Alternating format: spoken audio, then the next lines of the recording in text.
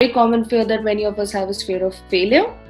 I think sort of culture and sort of the system of education as well that I grew up in, we weren't taught how to deal with failures. It was a bad thing. It was something that, you should never like fail at anything or whatever. And coming here, I had to deal with a lot of that, and I always felt like one until one day one of my counselors actually made me realize that, your failures don't define you.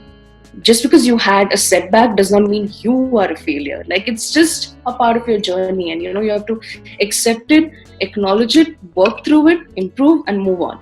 So that's definitely a fear that I've overcome in the past couple of months. I think even fear of rejection, because I only realized this about myself recently, but I like to be a people's pleaser, and I think a lot of us are like that. I always want to be in good books of everyone and stuff like that, but you just have to realize that, two things: not everyone's going to like you, not everyone's going to like your work, and that's okay. As long as you have people who are supporting you and encouraging you, and it's okay to be rejected, because that teaches you a lot as well, like what can you do better and stuff like that. And I think the third one, this is really hard because there are a lot of fears, but I think fear of trying new things.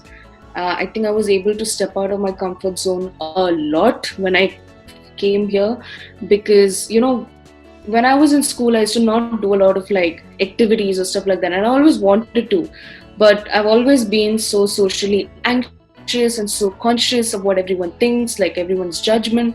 Coming here, I had to really push myself really hard when I took part in like activities in university or volunteering and stuff like that. Like, I had to really push myself, and I think that's something I'm definitely proud of and really thankful for, because I had people around me who encouraged me and supported me, and still do.